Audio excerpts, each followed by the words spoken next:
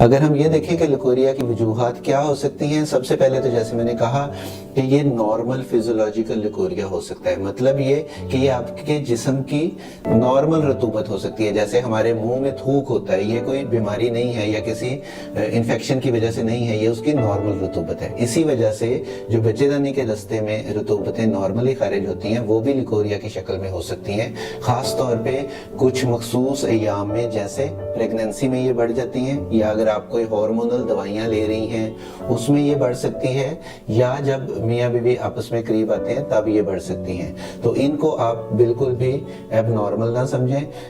Leucorrhoea کو صرف اس وقت آپ نے علاج کے لیے کسی کے پاس جانا ہے جب اس کی وجہ سے آپ کو کوئی تکلیف ہو رہی ہو، جیسے کہ اگر اس کی وجہ سے آپ کو کوئی برننگ ہو رہی ہے، جلن ہو رہی ہے، خارش ہو رہی ہے، یا پیٹ کے نچلے حصے میں درد ہو رہی ہے۔